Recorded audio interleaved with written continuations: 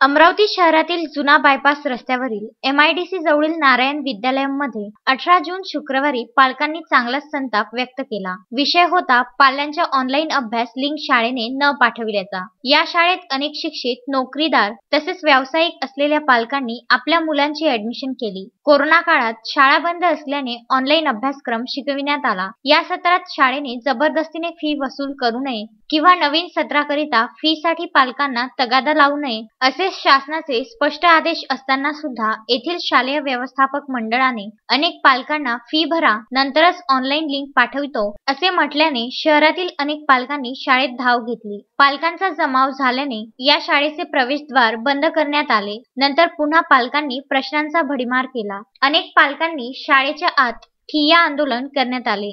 2 दिवस online link न पाठविल्याने जाब विचारण्यासाठी पालकांनी शाळेच्या मुख्याध्यापकांवर चांगलाच रोष व्यक्त केला। शेवटी राजापेठ पोलीस निरीक्षक मनीष ठाकरे यांच्यासह 3 पोलीस वाहन शाळेत दाखल झाले। पालकांनी ठाकरे यांना सुद्धा सर्व हकीकत स्पष्ट केली। गुरुवारी शिक्षणाधिकाऱ्यांना पालकांनी तक्रार दिली असता तांत्रिक अडचण आल्याचे मुख्याध्यापक सचिन भेलकर यांनी सांगितले। तर शुक्रवारी पालक शाळेत आले असता फी न भरण्याच्या कारणावरून लिंक पाठविली नाही असे पालकांनी विदर्भ न्यूजकडे आपली प्रतिक्रिया स्पष्ट केली। मी सगळे नारायणाचे पालक आज शाळेत आलो। 2 दिवसापासून आमचं ऑनलाईन शिक्षण शाळेच्या प्रशासनाने बंद करून ठेवलेलं आहे आणि आम्ही त्याचा जबाब विचारासाठी आलो।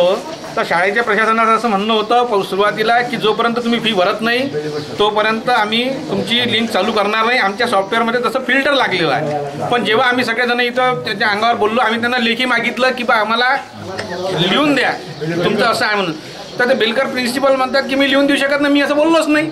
मग आम्ही एवढे सगळेजण इथं उभे हे खोटं बोलून राहिलो काय?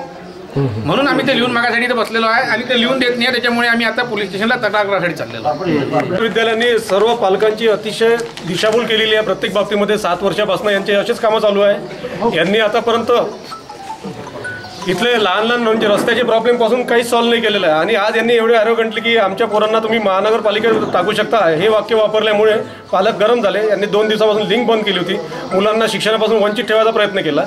हे अतिशय उद्धटपणाने वागणूक देतात पालकांना इथला स्टाफसुद्धा। त्यामुळे आम्ही आज एक तक्रार पोलीस स्टेशनला करणार आहेत। शाळेमध्ये अमरावती येथे पालकांची फसवणूक होत आहे। अशा प्रकारे की वरून जो आदेश आलेला आहे, साहेबांनी असं सांगितलं शिक्षणाधिकाऱ्यांनी की कुठल्याच विद्यार्थ्यांची लिंक बंद करायला नाही पाहिजे, त्यांनी फीज भरली असो अगर नसो असा यांना आदेश दिल्यानंतर सुद्धा हे ज्या लोकांची फीज भरली आहे त्यांना फक्त लिंक पाठवत आहे आणि ज्यांची नाही भरली त्यांना लिंक पाठवत नाही आहे। कोरोनाच्या परिस्थितीमध्ये बरेचशा पेरेंट्सचे प्रॉब्लेम आहे, त्याच्यामुळे काही अडचणीनुसार ते फीज भरू शकत नाही। पण अशा वेळेस यांनी सगळ्यांना समान हे वागणूक दिली पाहिजे आणि सगळ्या विद्यार्थ्यांना लिंक पाठवली पाहिजे।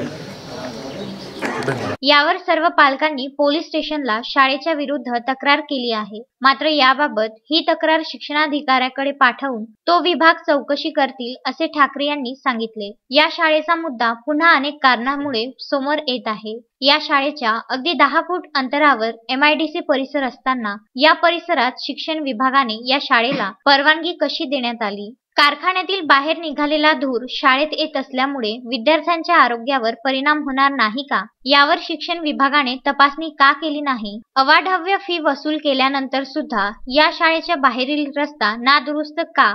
आतापर्यंत या शाळेची या महत्त्वाच्या मुद्द्यावर शिक्षणाधिकारी यांनी का तपासणी केली नाही असे अनेक प्रश्न आता निर्माण होत आहे। आता पालकांनी शाळेच्या विरुद्ध दिलेल्या तक्रारीवर शिक्षणाधिकारी काय तपास करून कोणती कारवाई करतील याकडे सर्व पालकांचे लक्ष लागले आहे। पल्ल्याच्या आपल्या पालकांना आपण ऑनलाईन लिंक पासून वंचित ठेवलेलं आहे।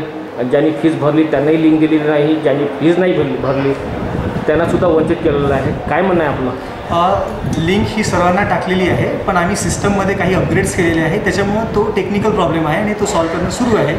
आणि ह्या 2-3 दिवसामध्ये म्हणजे 2च दिवस झाली शाळा सुरू झालेली आहे, ह्या 2 दिवसामध्ये तो प्रॉब्लेम सॉल्व्ह होऊन जाईल। त्याला काहीच प्रश्न नाही आहे, कोणाचीही लिंक अडवलेली नाही आहे, कोणाचं शिक्षणही अडवलेलं नाही आहे। गेल्या 1 वर्षात शाळेने असं कधीच केलेलं नाही आहे। त्या ठिकाणी पालक आले असता अरेरेवाची भाषा वापरली गेली आपल्या कर्मचाऱ्यांकडून असं त्यांचं म्हणणं आहे. काय म्हणणं आहे आपलं? नाही, माझ्या तरी म्हणजे मी जे ट्रेनिंग देतो माझ्या टीचर्सला किंवा मी स्वतः जे बोलतो कोणी अरेरावीची भाषा वापरत नाही इथे. आता बाहेर एखाद्या वेळेस घडलं असेल, कोण कोणासोबत बोललं मला त्याची कल्पना नाही आहे, मी ते घेऊन घेतो कल्पना, पण आम्ही तसं बोलत नाही, कोणी असं बोललेलं नाही. मेन मुद्दा फक्त फीजबद्दल होता आणि फीज न भरल्यामुळे आपण त्याच्यावर अन्याय केला त्यांच्यावर, पालकावर, असं म्हणणं आहे. काय बोलाल आपण याबद्दल? मुलांचं शिक्षण हे सुरू आहे. आजच्या क्लासमध्ये सुद्धा जवळजवळ 750 मुलं अटेंड झालेले आहेत. शिक्षण बंद नाही आहे, फक्त टेक्निकल इश्यूज सॉल्व्ह करायला जो वेळ लागतो आहे तो सॉल्व्ह झाल्याबरोबर सर्वांचे क्लासेस सुरू होतील.